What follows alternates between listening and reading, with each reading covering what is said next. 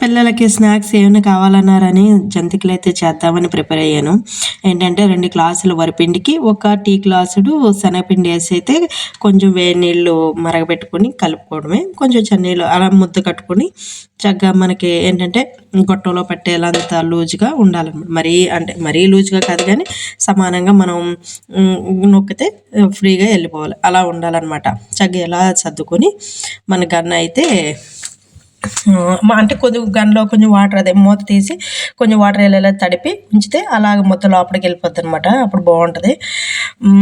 జంతికలు గన్నతో అప్పుడైతే బాగా ఎక్కువ చిల్లులు ఇచ్చి బాగా దగ్గరికి వచ్చేసింది. ఇదిగో చూడండి, ఇది మన అజ్జరం వెళ్ళినప్పుడు అక్కడ ఎత్తేసి ఏం చేసామంటే అక్కడ 3 చిల్లులు ఉంటే ఇంకో చిల్లు నేను మిషన్తో పెట్టుకొని చక్కగా 4 చిల్లులు వచ్చేలా పెట్టుకుంటే అంటే కొంచెం గ్యాప్ వస్తుంది అనమాట. దగ్గరగా ముద్దకట్టు రాకుండా దూరంగా వచ్చి మనకి అనుకున్నట్టు వస్తాయి అనమాట. అగ చూడండి 4 వస్తున్నాయి.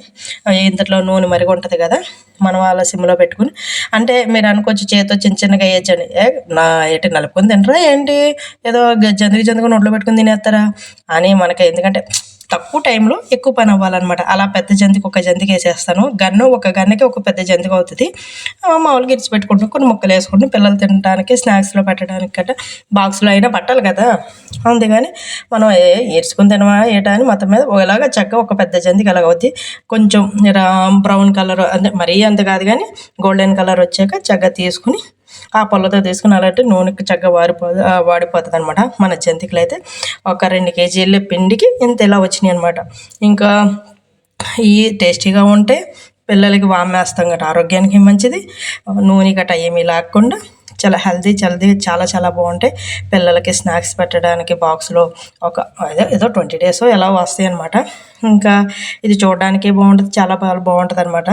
వీడియో కానీ నచ్చితే లైక్ చేయండి, షేర్ చేయండి, సబ్స్క్రైబ్ చేయండి. మంచి ఒక వీడియోతో మళ్ళీ కలుద్దాం. థ్యాంక్ యూ సో మచ్ అండి.